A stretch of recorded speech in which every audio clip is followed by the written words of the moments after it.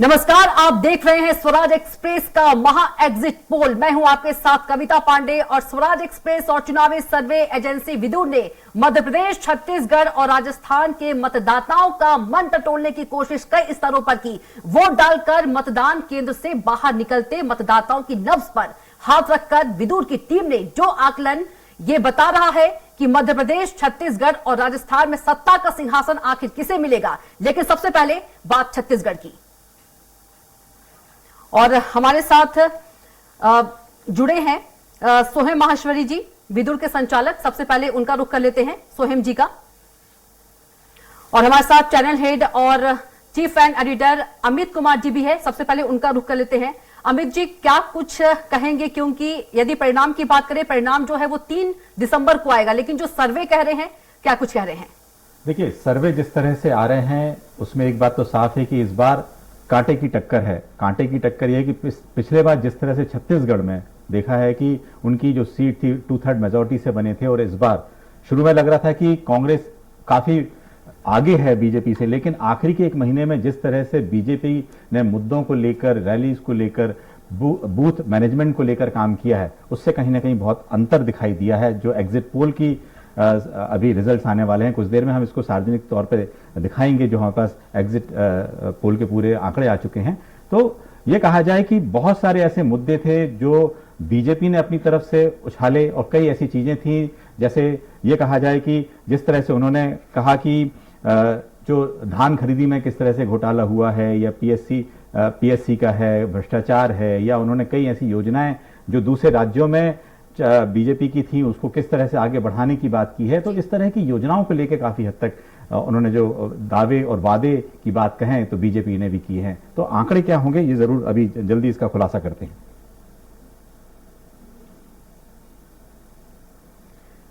तो छत्तीसगढ़ में स्वराज एक्सप्रेस का एग्जिट पोल क्या कह रहा है, हम आपको बता रहे हैं। कांग्रेस की बात करें तो 48 से 55, बीजेपी 35 से 44 और अन्य 2 से 5। तो स्वराज एक्सप्रेस का छत्तीसगढ़ में एग्जिट पोल हम आपको बता रहे हैं।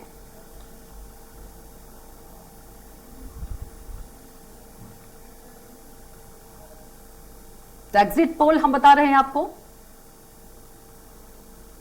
कांग्रेस 48 से 55, बीजेपी 35 से 44 और अन्य 2 से 5।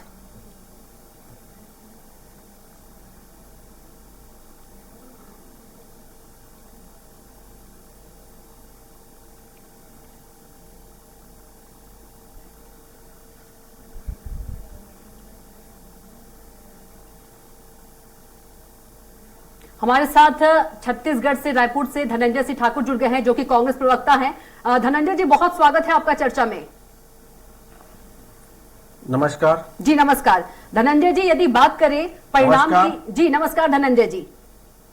जी धनंजय जी, यदि बात करें परिणाम की, तो परिणाम तो 3 दिसंबर को आएगा, लेकिन आप क्या कुछ कहेंगे?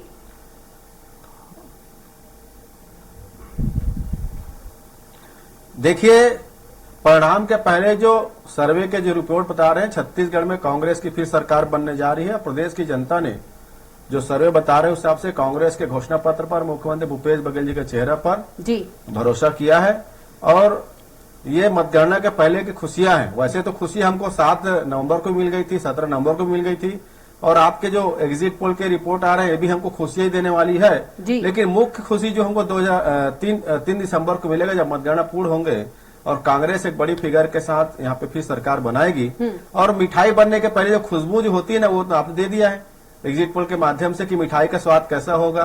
तो ये स्पष्ट है कि छत्तीसगढ़ में कांग्रेस सरकार फिर बनने जा रही है और जनता ने कांग्रेस पर भरोसा किया है। धनंजय जी, सवाल ये है कि जिस तरह से जो 3 भागों में भी छत्तीसगढ़ को देखते हैं कि सरगुजा, बस्तर और मध्य क्षेत्र पूरा है, उसमें सबसे ज्यादा जो आकलन किया जा रहा है कि जो सर्वे में, एग्जिट पोल में भी आया है कि बस्तर और सरगुजा में जो नुकसान हुआ है और मध्य क्षेत्र में थोड़ा सा कवर अप करने की कोशिश की गई है, उससे कहीं कुछ कांग्रेस को एज मिली है। तो ऐसे कौन से कारण आपको लगते हैं कि अभी भी बस्तर और सरगुजा में कांग्रेस उतना अच्छा परफॉर्मेंस नहीं कर पा रही है जो एग्जिट पोल में अभी आ रहा है?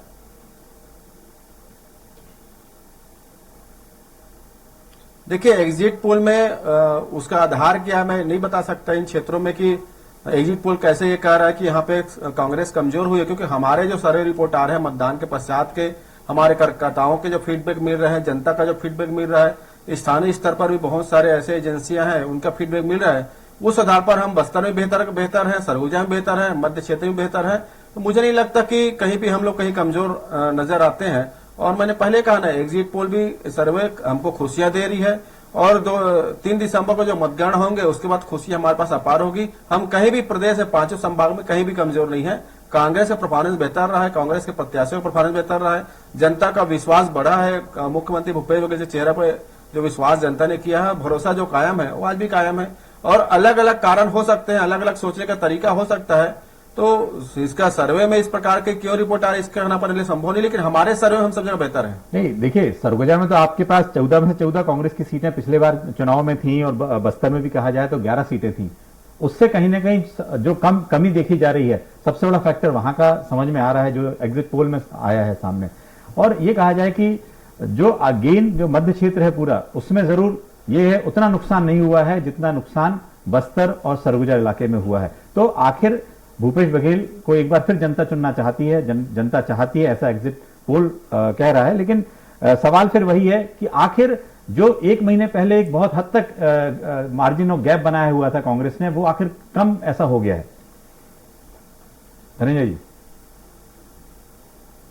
जो एक देखिए, मैंने पहले कहा ना कि हमारे जो सर्वे रिपोर्ट बता रहे हैं, मतदान 7 नवंबर के जो मतदान बस्तर क्षेत्र में हुए, नांदगांव दुर्ग संभाग के कुछ विधानसभा में हुए, उसके बाद आप देखेंगे 17 नवंबर के जो मतदान लगभग 70 विधानसभा सीटों में जो मतदान हुआ है, चाहे सरगुजा हो या बस्तर हो, हमारे सर्वे रिपोर्ट के हिसाब से, हमारे कार्यकर्ताओं से मिले फीडबैक के हिसाब से, वहां के स्थानीय स्तर पर जो एजेंसियां उनसे मिले फीडबैक के हिसाब से हम सभी क्षेत्रों में बेहतर हैं।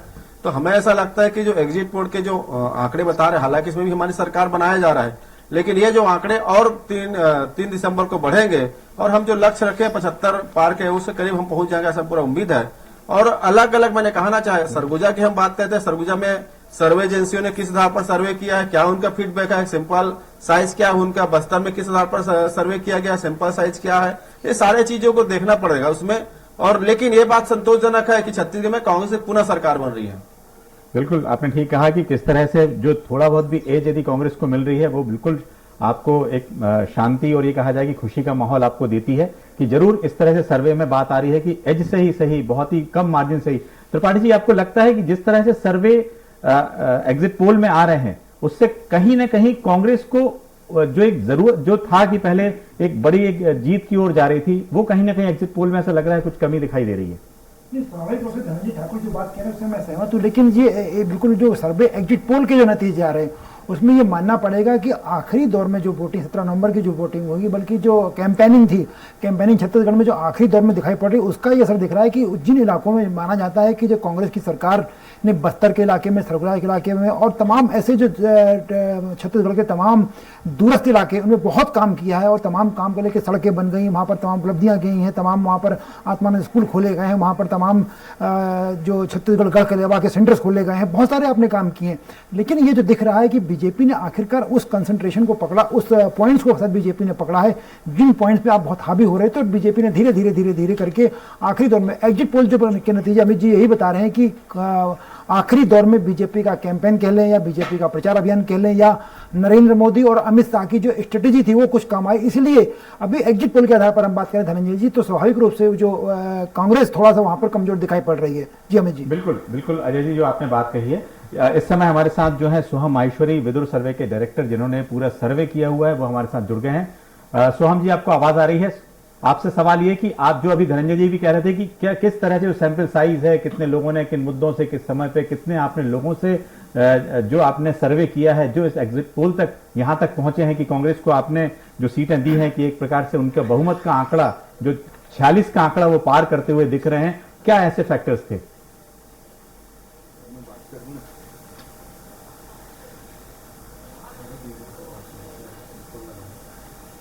सैंपल साइज लेके चलते हैं, पर हमने करीब 5-6% का सैंपल साइज टेक किया है, जिसमें हम ये फोकस किया है हमने जो हाउस होल्ड का एक वोटिंग पैटर्न है उसको हम आइडेंटिफाई कर पाए। तो उसके कारण एक जो वाइड ट्रेंड दिख रहा है, जैसा कि आपने भी बोला कि कांग्रेस छत्तीसगढ़ में बहुमत के आंकड़े के पार है, इसके कुछ मूल कारण जो देख सकते हैं और मेरा कुछ एक्सपीरियंस भी है पहले का छत्तीसगढ़ में, कि कांग्रेस एज ए पार्टी वहां पे एक खड़ी हुई थी। जितना एक मिनट सोहम जी आपकी आवाज साफ नहीं आ रही है, उसको हम टेक्निकल क्या समस्या आ रही है उसको दिखवाते हैं। इससे हमारे साथ अनिरुद्ध दुबे जी जुड़े हुए हैं। अनिरुद्ध जी ये बताएं कि जिस तरह से एग्जिट पोल आया है, क्या कांग्रेस को ठीक है खुशी की बात है कि एक वो 46 का आंकड़ा पार होते दिख रहा है एग्जिट पोल में, अब ये फाइनल आंकड़े नहीं है, लेकिन क्या आपको लगता है कि कहीं ना कहीं कांग्रेस इससे ज्यादा की उम्मीद कर रही थी?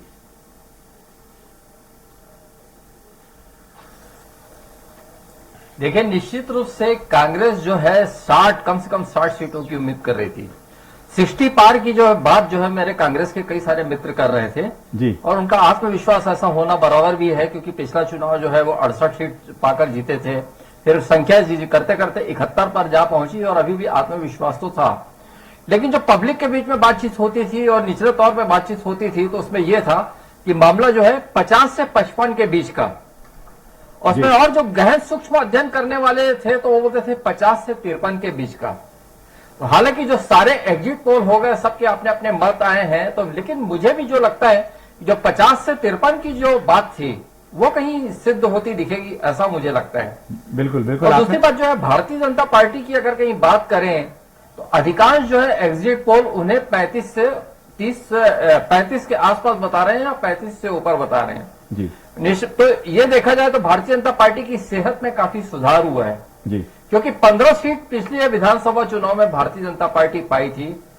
उसके बाद ये हुआ कि कुछ ऐसे जो है मतलब कुछ ऐसी परिस्थितियां उपजी कि घटकर भारतीय जनता पार्टी जो है 13 सीट पर रह गई जी। अभी वर्तमान में देखा जाए तो उसकी 13 सीटें हैं और अगर उसको कहीं करते करते वो संघर्ष की स्थिति में भी अगर कहीं वो 35 के आसपास है तो उसका जो है ग्राफ निश्चित रूप से ऊपर गया है। लेकिन ग्राफ ऊपर जाने से कुछ नहीं होता, बात तो सरकार बनने की होती है जी। और जितने जो है अधिकतम एग्जिट पोल जो है वो कांग्रेस के पक्ष में नजर आ रहे हैं और कुछ एक दो एग्जिट पोल तो मैंने ऐसे भी देखा कि जिसमें स्पष्ट बहुमत ही नहीं है जी, मतलब 44-45 तो फिर वहां पे 42-43 ऐसा कुछ बटा बटा भी नजर आ रहा है।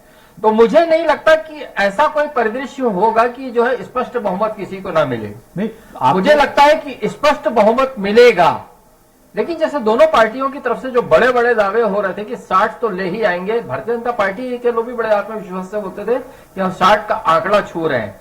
तो ये 60 का आंकड़ा मेरा अपना व्यक्तिगत मत है कि कोई नहीं छू पाएगा, जो भी है मामला 55 के भीतर ही रहना है, ये मुझे लगता है। बिल्कुल। आपने 3 तारीख को तो मालूम पड़ेगा कि आखिर स्थिति क्या है, एग्जिट पोल कितने अपने सच्चाई या कितने उस हद तक पहुंचते हैं। फिर से एक बार सोहा माहेश्वरी की ओर रुख करते हैं, जो बता रहे थे कि आखिर उनका आधार क्या था, इस जो जादुई आंकड़ा 46 को पार जो कांग्रेस की सीट आई है, तो किस तरह से उन्होंने किस आधार को लेकर पूरा ये सर्वे किया है। सोहम जी। जी, तो सबसे पहले अगर हम इन कुछ आधारों को देखें जिस पे ये सर्वे हुआ है, वो ये है कि एक 15 साल तक बीजेपी की गवर्नमेंट रही, उससे एक नाराजगी दिखाई छत्तीसगढ़ की जनता ने 2018 में। फिर भूपेश बघेल ने एक अपने तरह से पूरा गवर्नेंस का स्टाइल चेंज करके बहुत सारी चीजें, बहुत सारे नए इनिशिएटिव्स लेके आए। वो एक नई आइडेंटिटी उन्होंने क्रिएट करने की कोशिश करी छत्तीसगढ़ियावाद की और छत्तीसगढ़ी आइडेंटिटी की, जो कि काफी सेंटिमेंट से कनेक्ट हुआ वहां के लोगों के। उसके साथ साथ जो उनके इनिशिएटिव्स रहे, जो उनका एक पर्सनल ब्रांडिंग का भी एक अप्रोच रहा, वो काफी इफेक्टिव था। तो उसको दिमाग में रखते हुए और सबसे बड़ी बात ये कि कांग्रेस पार्टी ने जो एक्सपीरियंस्ड और यंग नेताओं का जो एक मिश्रण हमेशा प्रेजेंट किया कि युवा शक्ति भी रहेगी और एक्सपीरियंस लोग भी रहेंगे, बीजेपी कहीं ना कहीं 2023 से पहले उसमें फेल करती रही। ये हमारे सर्वे में काफी निकल के भी आया था कि युवा मोर्चा के जो लोग हैं वो उनकी इच्छा थी कि वहां के जवान लोगों को टिकट मिले, जो पुराने एस्टैब्लिश लोग हैं वो बदले। इसके कारण एक इम्पैक्ट पड़ा रिजल्ट पे। तो हमारा ये मानना है कि बिल्कुल मैं सहमत हूँ जो मेरे से पहले वक्ता थे उनकी बात से कि कांग्रेस पार्टी को 60 के ऊपर होना चाहिए था, बट कुछ आप कह लीजिए जो समीकरण ऐसे बैठे हैं कि बीजेपी आज 35 पे अभी ऐसा लग रहा है, बट कांग्रेस पार्टी डेफिनेटली वहां पे काफी स्ट्रांग है, और एक उनका जो यूनाइटेड फ्रंट है, जिस तरह से भूपेश बघेल की एक क्लियर कट लीडरशिप है, वैसा कुछ बीजेपी ऑफर नहीं कर पाई है छत्तीसगढ़ की जनता को। सवाल हो कि आधार कितना, आपने किस एरिया में किस तरह से काम किया और किस तरह से जो सर्वे सैंपल साइज ली हुई है वो किस आधार पे आपने उसको तैयार की हुई थी पूरी? तो मैं आपको बता देता हूँ, जैसे नॉर्मली एक सर्वे, मैंने शायद पहले भी कहा था, आवाज कट गई मेरी जी, कि नॉर्मली एक सर्वे 2 से 3% के करीब पे लोग करते हैं जी। हमने इसमें 5 से 6% हर एडमिनिस्ट्रेटिव डिवीजन से, जिसको आप कहिए जो मोटा मोटी डिवीजन हो जाता है स्टेट का इक्वल पॉपुलेशन में, तो उसमें हर जगह हमने जाके house hold wise 5 to 6% house hold को कवर किया है। हिंदुस्तानी हाउस होल्ड में जनरली ऐसा आप पाइएगा कि सारे लोग एक साथ एक होकर वोट करते हैं। बहुत कम ऐसा होता है कि घर के बुजुर्ग जिसको वोट कर रहे हैं, जवान उसको नहीं करते, क्योंकि वो एकजुट होकर डिसीजन लिया जाता है। तो हमने करीब 5 से 6% हाउस होल्ड का किया। हमने हिली रीजन्स में किया, हमने प्लेन्स में किया, जो ट्राइबल बेल्ट है वहां पे, जो नक्सल बेल्ट है वहां पे, और एक जो ओवरऑल लगा कि एक सेंटिमेंटल कनेक्ट जो कांग्रेस के साथ 2018 के बाद बैठा है, वो बीजेपी के साथ थोड़ा सा आज भी मिसिंग है जनता में। जी जी। धनंजय जी, जिस तरह से आपने सुना, आपने सुना कि किस तरह से जो सर्वे का पूरा आधार था, और आपको लगता है कि आपने, ठीक है आप कह रहे हैं कि इतनी सीटें आपकी और आएंगी, आपको लगता है कि एक जो आधार था वो उसी तरह आपकी पार्टी या आपके लोगों ने भी उसी को आधार बना के कुछ आगे बढ़े थे?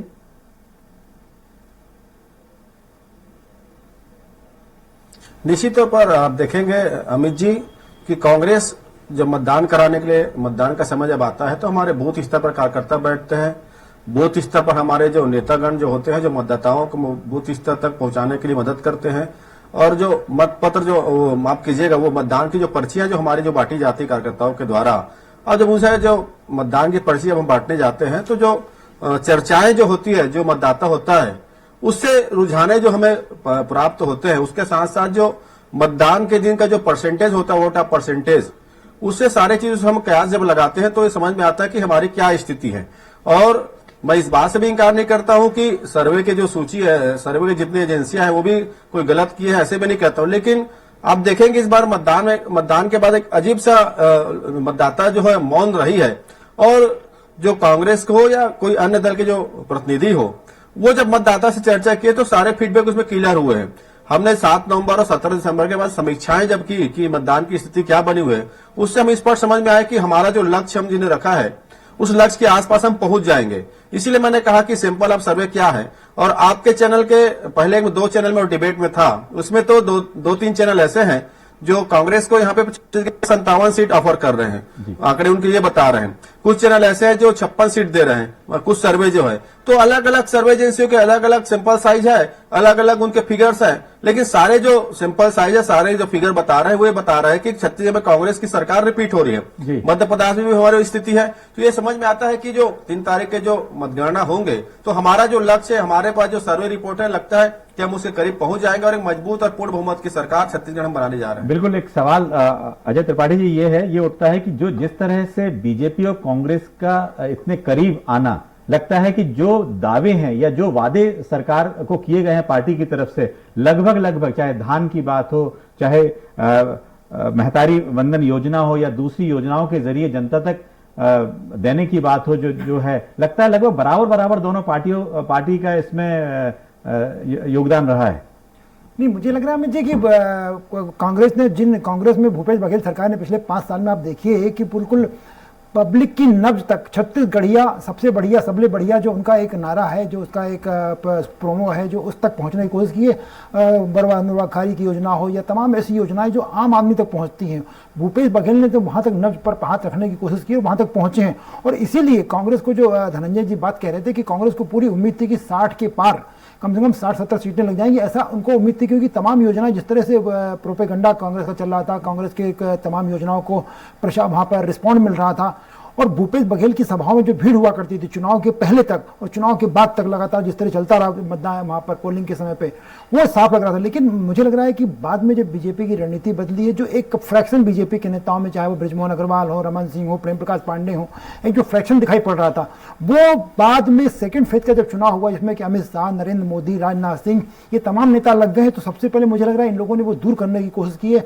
आपसी जो मनमुटाव था, टकराव था, वो शायद दूर करने की कोशिश की, और ये जनता के पास उन योजनाओं को लेकर बीजेपी पहुंची है जिन योजनाओं के दम पर कांग्रेस आगे बढ़ रही थी। शायद इसीलिए आखिरी बात की जो बात सोहम कह रहे थे कि उन्होंने जो सैंपल सर्वे किया, जो सैंपलिंग की है जिस तरह की, बाद में लोगों का मन बदला है, और वो मन बदलने का रिजल्ट ही जो मतदान केंद्र से लोग बाहर निकलने, वो साफ अपने एग्जिट पोल के सर्वे में दिखाई पड़ रहा है। बहुत सारे एग्जिट पोल, जैसा धनंजय जी कह रहे थे कि 55-56 सीटें दे रहे थे, बहुत सारे 48-50 सीटें दे रहे थे, सभी उनको बहुमत दे रहे हैं, पर 70 पार उस आंकड़े तक अभी भी कोई नहीं पहुंचा। जितने सर्वे आ रहे हैं उसमें 70 पार का जो एक नारा हुआ करता था, या अनिरुद्ध जी जो बात कह रहे थे कि 60 की पार की बात कांग्रेस के अंदर खाने में चल रही थी, वो दोनों आंकड़ों तक अभी तक कोई सर्वे हम जितने एग्जिट पोल देख रहे हैं वो नहीं पहुंच पा रहे। इससे साफ जाहिर है कि आखिरी जो खंदक की लड़ाई, जिसे हम लोग अपनी भाषा में खंदक की लड़ाई बोलते हैं, खंदक की लड़ाई में बीजेपी ने बहुत हाथ पर मारे हैं, और उस रणनीति के आधार पर बीजेपी बहुत आगे निकलने की कोशिश की गई है, और लेकिन वो सत्ता के गलियारे तक नहीं पहुंच पा रही है सर्वे के मुताबिक जी। लेकिन बीजेपी ने बेहतर काम किया जी जी। एक सवाल और है अनिरुद्ध जी से कि इस बार जो वोटिंग परसेंटेज रहा है 2018 की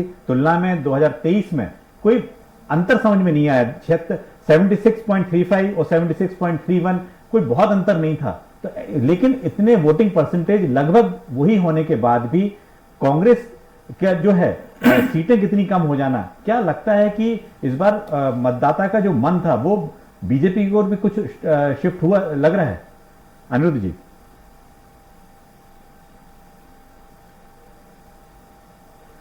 जी, जहां तक के ये सवाल मुझसे है। जी जी, आपसे सवाल है कि बिल्कुल वोटिंग परसेंटेज नहीं बदला है ज्यादा, लेकिन सीटों का बहुत ज्यादा परिवर्तन दिखाई दे रहा है।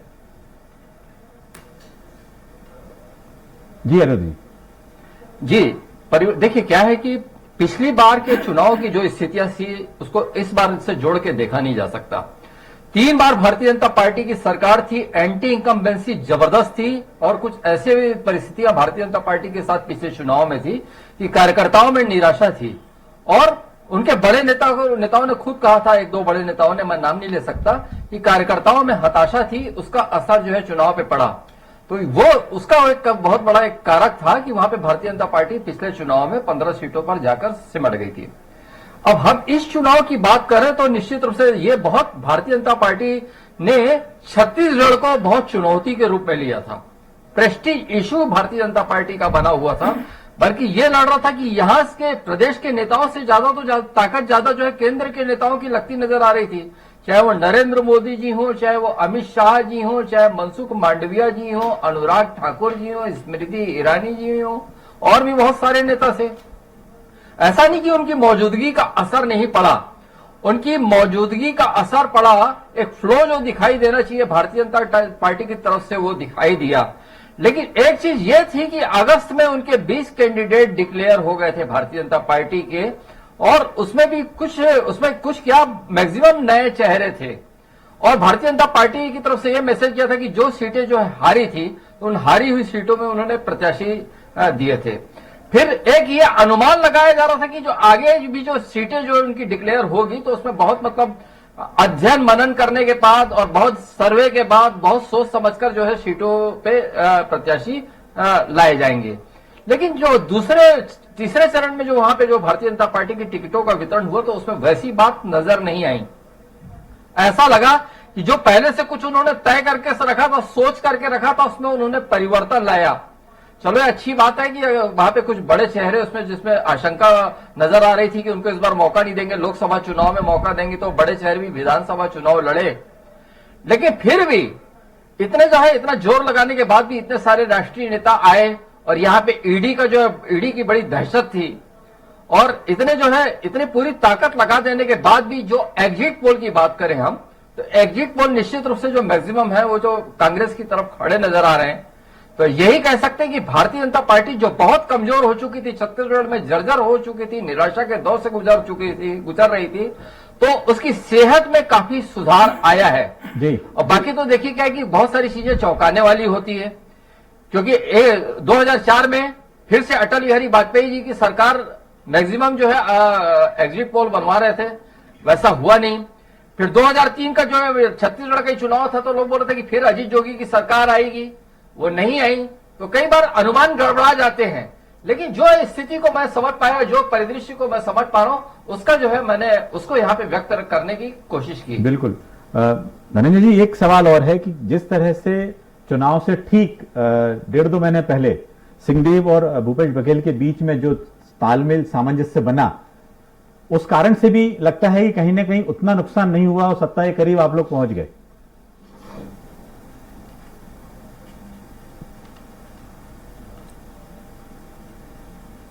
देखिए अमित जी, माननीय मुख्यमंत्री भूपेश बघेल जी और मुख्यमंत्री उप मुख्यमंत्री माननीय टीएस सिंह जी के बीच में हमेशा से तालमेल रहा है। कभी उनके बीच कोई ऐसा मतभेद नहीं रहा है, ना ही ऐसे कोई बातें रही है। जो भी चीजें रही है सब खाली अफवाह ही रहा है। और दोनों नेताओं ने मिलकर ही, आप देखेंगे जब हम 2018 में चुनाव में गए तो दोनों नेताओं ने मिलकर ही यहाँ 15 साल को शासन भ्रष्ट सरकार के खिलाफ लड़ाई लड़ने का काम किया था और हमारी सरकार बनी थी।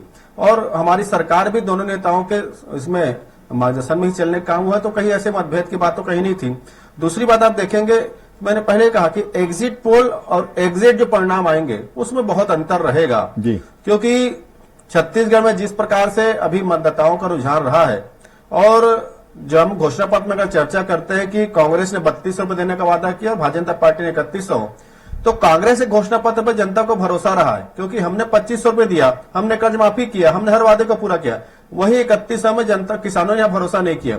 अगर मैं महिलाओं की बात कर लेता हूं कि महिलाओं को हम 15,000 रुपए देने के वादा किए, उन्होंने 12,000 का, तो महिलाओं का भरोसा भी कांग्रेस के प्रति रहा है क्योंकि हम किसानों की कर्ज माफी किए। वो किसान के जब हम कर्ज माफी की बात करते हैं तो किसान परिवार के महिलाओं को भी उसका लाभ होता है, उस किसान परिवार के उस युवा को भी लाभ होता है। तो ये चीजें जो भरोसा जो कायम किया भूपेश बघेल जी की सरकार ने, वो भरोसा कांग्रेस के साथ था। वही भारतीय जनता पार्टी के साथ वादा खिलाफी रही है।